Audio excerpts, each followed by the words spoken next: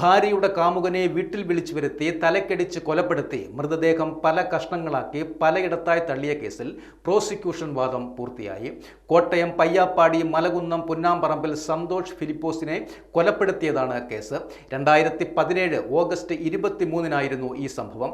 തലയില്ലാതെ കണ്ടെത്തിയ മൃതദേഹ അവശിഷ്ടങ്ങൾ പിന്തുടർന്ന് പോലീസ് നടത്തിയ അന്വേഷണത്തിലാണ് കൊല്ലപ്പെട്ടയാളെയും പ്രതിയെയും കണ്ടെത്തിയത്.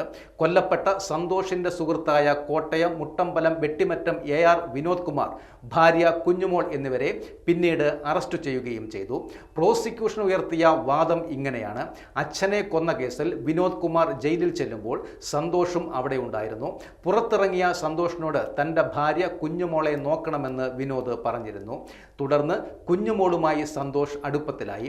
പുറത്തിറങ്ങിയ വിനോദ് വിവരമറിഞ്ഞ് സന്തോഷിനെ കൊല്ലുവാൻ തീരുമാനിച്ചു. ഇതിനായി നിർബന്ധിച്ചും ഭീഷണിപ്പെടുത്തിയും ഭാര്യയും കേസിലെ പ്രതിയുമായ കുഞ്ഞുമോളെ കൊണ്ട് ഭർത്താവില്ലെന്നും രാത്രി വരണമെന്നും പറഞ്ഞ് സന്തോഷിനെ മീനടത്തെ വാടക വീട്ടിലേക്ക് വിളിച്ചു വരുത്തി. രാത്രി എത്തിയ സന്തോഷ് സിറ്റൗട്ടിലെ കസേരയിൽ സംസാരിച്ചു കൊണ്ടിരിക്കുന്നതിനിടെ പിന്നിലൂടെ എത്തിയ പ്രതി വിനോദ് ഇരുമ്പ് വടിക്ക് തലയ്ക്കടിച്ചു വീഴ്ത്തി കൊല്ലുകയായിരുന്നു.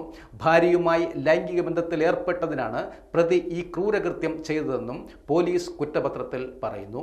വീട്ടുമുറ്റത്തെ മണ്ണിൽ തെറിച്ചു വീണ രക്തക്കറയാണ് അന്വേഷണ സംഘത്തിന് ലഭിച്ച നിർണായക തെളിവുകളിൽ ഒന്ന്.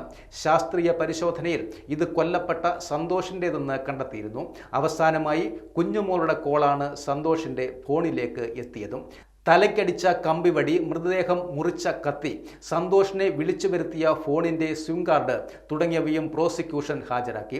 കോട്ടയം ഈസ്റ്റ് പോലീസ് ഇൻസ്പെക്ടറായിരുന്ന സാജു വർഗീസാണ് കുറ്റപത്രം സമർപ്പിച്ചത്. പ്രോസിക്യൂഷന് വേണ്ടി additional public prosecutor advocate Cyril Thomas Parappuram കോടതിയിൽ ഹാജരായി.